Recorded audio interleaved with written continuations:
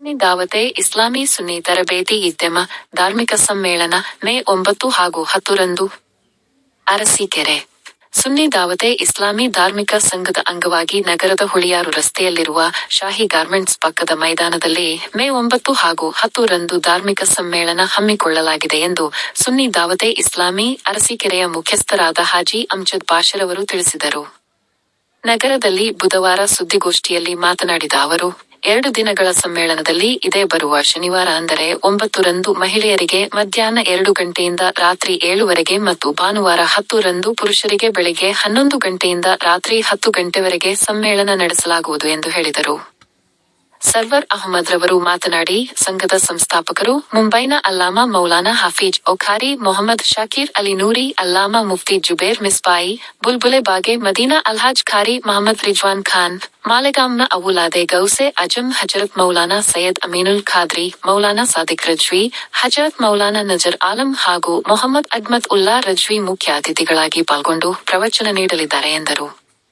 ಮಹಮ್ಮದ್ ಪೈಗಂಬರ್ ರವರ ಜೀವನ ಮತ್ತು ಸಂದೇಶ, ದೇಶಪ್ರೇಮ, ಮಾದಕ ವಸ್ತುಗಳ ಕುರಿತು ಜಾಗೃತಿ, ಜ್ಞಾನವೃದ್ಧಿ, ಸಮಾಜದಲ್ಲಿ ಶಾಂತಿ ಹಾಗೂ ಸೌಹಾರ್ದತೆಯಿಂದ ಇರಬೇಕೆಂಬುದು, ಸೂಫಿ ಸಂತರ ಜೀವನ ಹಾಗೂ ದುಷ್ಕೃತ್ಯಗಳಿಂದ ದೂರವಿರುವುದು ಸೇರಿದಂತೆ ವಿವಿಧ ಉದ್ದೇಶಗಳನ್ನು ಇಟ್ಟುಕೊಂಡು ಸಮ್ಮೇಳನ ಆಯೋಜಿಸಲಾಗಿದೆ ಮತ್ತು ಸಮ್ಮೇಳನದಲ್ಲಿ ವಿದ್ಯಾರ್ಥಿಗಳಿಗೆ ವಿಶೇಷ ತರಬೇತಿ ನಡೆಸಲಾಗುವುದು ಎಂದು ತಿಳಿಸಿದರು.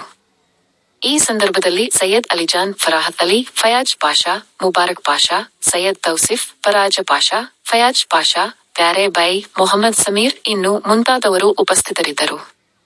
ವರದಿ ಪರ್ವಿಜ್ ಅಹಮದ್. ಅಸ್ಸಲಾಮು ಅಲೈಕುಂ ವರಹಮತುಲ್ಲಾಹಿ ವಬರಕಾತು. ತಮಗೆಲ್ಲ ಒಂದು ಮುಖ್ಯವಾದ ಸಂದೇಶ. ಅರಸೀಕೆರೆ ಸುನ್ನಿ ದಾವತೆ ಇಸ್ಲಾಮಿ ವತಿಯಿಂದ 2 ದಿನದ ಸುನ್ನಿ ಇಜ್ತೆಮಾ ದಿನಾಂಕ 9/5/2026 10/5/2026 ರಂದು ನಡೆಯಲಿದೆ. ಇದರಲ್ಲಿ ಮುಖ್ಯವಾಗಿ ಅತಿಥಿಗಳು ಅಮೀರೆ ಸುನ್ನಿ ದಾವತ್ ಇಸ್ಲಾಮಿ ಮೌಲಾನಾ ಶಾಕೀರ್ ಅಲಿ ನೂರಿ ಸಾಬ್ ಮುಂಬೈಯಿಂದ ಆಗಮಿಸಿದ್ದಾರೆ ಹಾಗೂ ಮುಫ್ತಿ ಜುಬೇರ್ ಮಿಸ್ಬಾಹಿ ಸಾಬ್ ಇವರು ಭಾಷಣಕಾರರು ಹಾಗೂ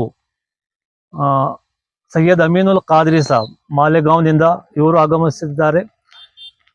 ಇವರ ಜೊತೆಯಲ್ಲಿ ಅಲ್ಹಾಜ್ ಖಾರಿ ಮಹಮ್ಮದ್ ರಿಜ್ವಾನ್ ಸಾಬ್ ಹಾಗೂ ಸಾದಿಕ್ ರಜ್ವಿ ಸಾಬ್ ಇವರು ಬಾಂಬೆಯಿಂದ ಆಗಮಿಸಿದ್ದಾರೆ.